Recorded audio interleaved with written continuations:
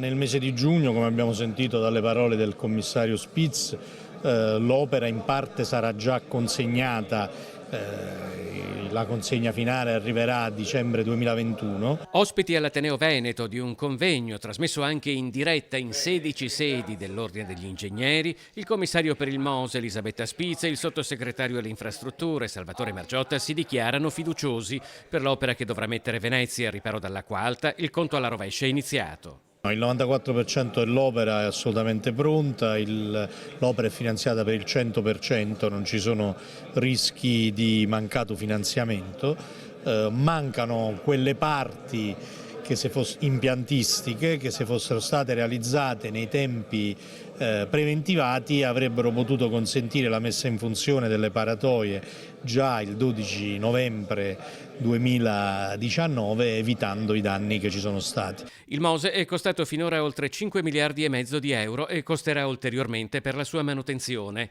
Si tratta di un'opera complessa e senza precedenti. Nessuno ha mai realizzato prima delle chiusure di braccia di mare o di laguna con installazioni sommerse come si è fatto a Venezia.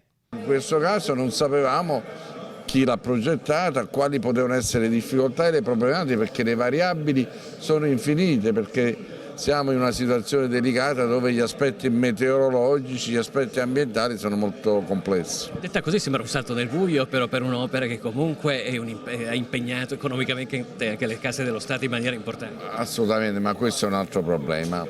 Le scelte difficili costano. Dubbi sulla funzionalità del Mose comunque ne rimangono, ad esempio il fatto che con l'innalzamento medio del mare il numero delle chiusure e la loro durata potrebbe diventare esorbitante, con conseguenze anche sull'ecosistema lagunare.